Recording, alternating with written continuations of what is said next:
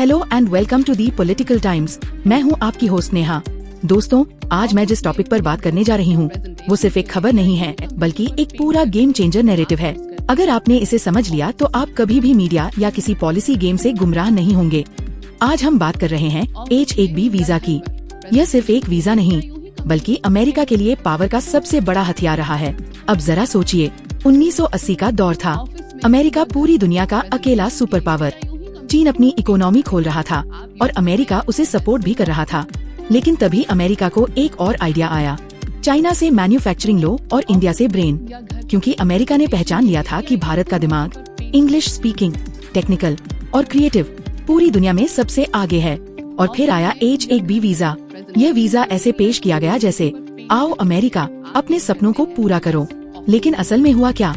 भारत का best talent, IIT के topper, medical के बेस्ट डॉक्टर, इंजीनियर्स, रिसर्चर्स सब अमेरिका की कंपनियों में जाने लगे। अब जरा गौर कीजिए, Google, Microsoft, Adobe, Mastercard, IBM, इनके CEO कौन हैं? ज्यादातर भारतीय। लेकिन अफसोस की बात ये है कि यह टैलेंट भारत को नहीं, अमेरिका को ग्रेट बना रहा था। हमको लगता रहा कि विदेश जाना मतलब सफलता, और हमारे ही टैलेंट ने अमेरिका की सिलिकॉन वैली को सोने की खान बना दिया। ये वही मॉडल था जैसे IAS कोचिंग, जहाँ टैलेंट है लेकिन उसे अलग रास्ते पर मोड़ दिया जाता है। लेकिन अब कहानी बदल गई है। H-1B वीजा की नीतियाँ बदल चुकी हैं और भारत अब अमेरिका का सिर्फ टैलेंट सप्लायर नहीं है।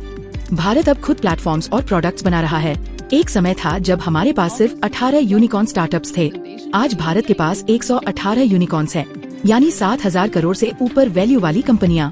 और ये शुरुआत है, क्योंकि आने वाले सालों में ये आंकड़ा 500 तक पहुंच सकता है। इस बदलाव का सबसे बड़ा प्रतीक है जोहो, एक भारतीय कंपनी जिसने गूगल और माइक्रोसॉफ्ट जैसी दिग्गजों को चुनौती दी है। जोहो अब ईमेल से लेकर मीटिंग, फाइनेंस, CRM, HR तक हर चीज का ऑल इन वन सॉल्यूशन है। भारत की सरकार भी अब इन्हें प्रमोट कर रही है।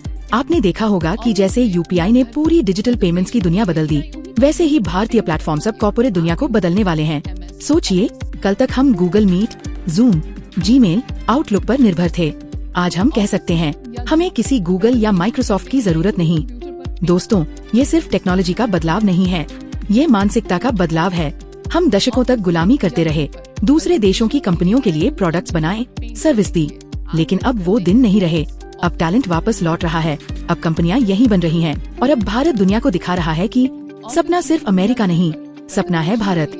तो मेरे दोस्तों, अगर आप भी बाहर रहते हैं तो सोचिए, भारत में अपॉर्चुनिटी की कोई कमी नहीं है। यहाँ अब हर सेक्टर में बदलाव हो रहा है।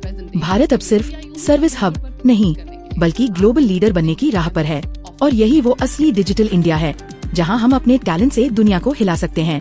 अगर आपको यह आर्टिकल अच्छा लगा हो तो दी पॉलिटिकल टाइम्स को सब्सक्राइब करना मत भूलिएगा। मैं हूँ आपकी होस्ट नेहा।